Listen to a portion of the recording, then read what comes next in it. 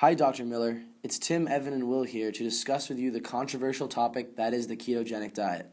From doctors to nutrition specialists, weightlifters to yo-yo dieters, the ketogenic diet has been a topic of misconception and mystery. We're here to discuss exactly what the ketogenic diet is, how it affects the body on a molecular level, and the pros and cons that come along with it. For starters, what foods make up the ketogenic diet? For energy, the body relies on dietary energy sources as well as stored energy. With the ketogenic diet, dietary carbohydrates are kept very low while protein and fat consumption is high.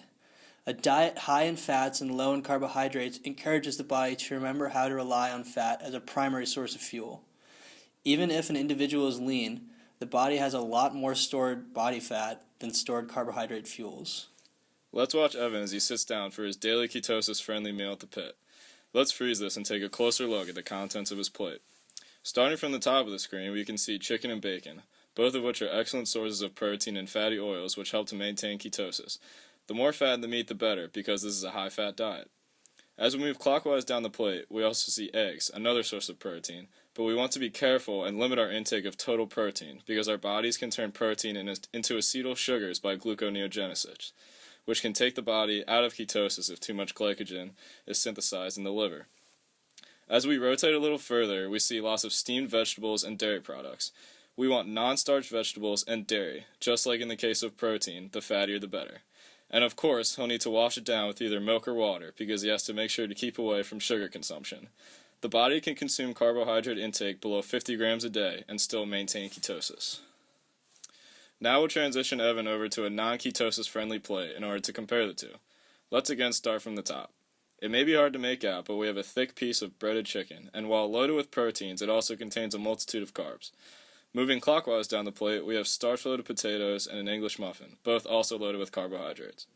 As we move down, we find sweets, which are unfortunately not ketosis friendly because of all the sugar they contain. Then we have our pizza and our pasta, both carbo-loaded, and our fruits, which contain many natural sugars.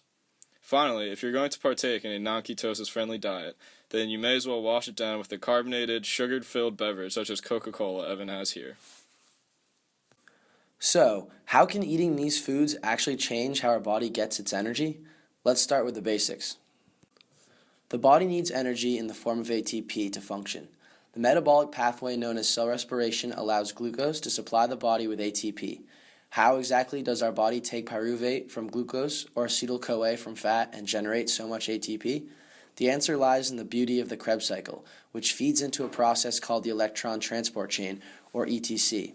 Through a series of redox reactions, the ETC trades the stored energy held by electrons, going from higher to lower energy states in exchange for the chemical energy stored in the bonds of an ATP molecule. Under conditions of abundant glucose, the body is primarily converting glucose to pyruvate during glycolysis. Pyruvate is then shuttled into the mitochondria and converted into acetyl-CoA with the help of the enzyme pyruvate dehydrogenase. Acetyl-CoA is then combined with oxaloacetate, and so begins the Krebs cycle, which generates all of the reducing agents to feed the ATC and generate massive amounts of ATP. So where do the ketones come in? Well, in the absence of glycolysis, which nets pyruvate for the Krebs cycle, we humans have evolved an important trick. Our liver can make something called a ketone body from the breakdown of fatty acids. This allows cellular respiration to run by providing an alternative metabolic fuel source other than pyruvate. When are ketones used? Ketone synthesis is a byproduct of fat metabolism. Just like carbohydrate metabolism, the body uses energy stored in triglyceride molecules to produce ATP when glucose levels are low. This process begins with lipolysis, which is the process of breaking down triglycerides into free fatty acids and glycerol. The further breakdown of fatty acids for energy is called fatty acid oxidation, which converts the free fatty acids that came from triglyceride molecules into acetyl-CoA for the Krebs cycle. As fat metabolism in the liver continues to oxidize fatty acids to acetyl-CoA, the Krebs cycle is not able to process the amount of acetyl-CoA molecules at such a high rate. Once the body has sufficient ATP, cellular respiration slows. What does the body do with all this extra acetyl-CoA? It converts the molecules into ketone bodies through the process of ketogenesis. What exactly is a ketone? The term ketone refers to an organic molecule where a carbon atom, sandwiched between two other carbon atoms, is double bonded to an oxygen atom. The term ketone bodies refers to three specific molecules: acetone, acetoacetone, and beta-hydroxybutyrate. Due to their structure, the ketone bodies are able to play the same role as acetyl-CoA in the Krebs cycle without having to use pyruvate as an input, which we will see later on. How are ketones formed from excess acetyl-CoA in the liver? In step 1, two acetyl-CoA molecules combine in a reaction catalyzed by the enzyme thiolase to produce acetoacetyl-CoA. In step 2, a third acetyl-CoA and water molecule react with acetoacetyl-CoA to give 3-hydroxy-3-methylglutarol-CoA in a reaction catalyzed by HMG-CoA synthase. In step 3, CMG-CoA lyase catalyzes the cleavage of CMG-CoA, which yields one acetyl-CoA and the first of the ketone bodies, acetoacetate. Acetoacetate is the precursor of the other two ketone bodies produced by ketogenesis. In step 4, the acetoacetate produced in step 3 is reduced to 3-hydroxybutyrate by B-hydroxybutyrate dehydrogenase. This is important because 3-hydroxybutyrate and acetoacetate can be transported across the mitochondrial membrane of liver cells and can enter the bloodstream to be transported to cells in need of energy. Ketolysis. Now, the bloodstream has readily available ketones that can be harnessed for energy. When cells need to begin the Krebs cycle for ATP synthesis, ketones, instead of pyruvate, are used to produce the acetyl-CoA starting point. This conversion of ketone to acetyl-CoA is catalyzed by the enzyme thiolase and is known as ketolysis. How does someone know they're in ketosis? For a person to be in ketosis, they should have between 1 to 3 millimolars per deciliter ketone bodies in their bloodstream. Because ketones are excreted through the urine, the most common method for testing for ketones is using urine test strips, which change color in the presence of enough ketone bodies. Also, acetone, which is a spontaneous breakdown of acetoacetate in the bloodstream, is excreted by exhalation and urine. Acetone gives off a weird, distinct fruity smell in both urine and breath, which is also an indicator of ketosis metabolism. So, one negative aspect of ketosis, I guess, is bad breath. Blood glucose levels and ketosis. As you would expect, without glucose intake, blood glucose levels in the body drop. However, not all glucose is gone from the body, and glucose levels actually normalize around 65 to 70 milligrams per deciliter.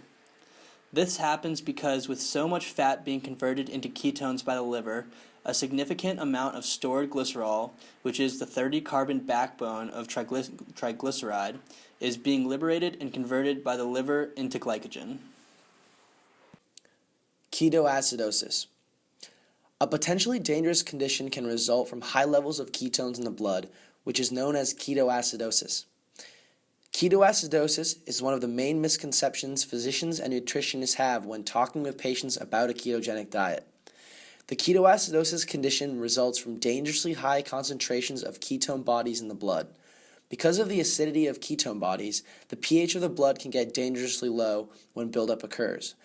A misconception, however, is that being in ketosis can lead to ketoacidosis over time. Ketoacidosis is a main condition that affects type 1 diabetics, late-stage type 2 diabetics, and severe alcoholics, not people in ketosis. What's the connection? Insulin. Insulin regulates not just blood glucose, but also the production of ketone bodies. Insulin regulates ketone synthesis, so when a person's body isn't able to produce insulin, such as the groups above, ketone levels can get dangerously high. With a fully functioning pancreas, however, ketoacidosis does not occur. At between 2 and 4 millimolars of ketone concentration, insulin release is stimulated. Insulin limits lipolysis and the availability of free fatty acids for hepatic oxidation. What are some of the positives of the ketosis diet? Some of the positives of a ketosis diet include improved insulin sensitivity, reduced inflammation, supporting metabolism, balance androgen levels, curb hunger and minimize cravings, elevate natural growth hormone, which inhibits muscle breakdown and increases muscle gains in training, prevent depression, produce strong bones and prevent osteoporosis, minimize the risk of certain cancers, and strengthen the immune system. What are some of the negatives of a ketosis diet? Some of the potential negative consequences of a ketosis diet include poor gut health, chronic inflammation, increased LDL levels and heart disease risk, damaged tissue and DNA, a high acid load which can increase the risk of cancer, elevated triglyceride levels which has been linked to obesity, heart disease, and stroke, atherosclerosis and plaque formation due to an inability to produce cholesterol, as well as an imbalance in thyroid levels. The most important aspect of the ketone diet is that a very specific level of fat, proteins, carbs, etc. needs to be consumed extremely consistently in order to maximize the diet's benefits and minimize its risks. The key phrases of the majority of the diet's negative consequences are too much or not enough. Every macronutrient has a very specific window in which the diet displays its greatest benefits. The key term in the positives of this diet is adequate. Too much or too little of anything is generally not ideal.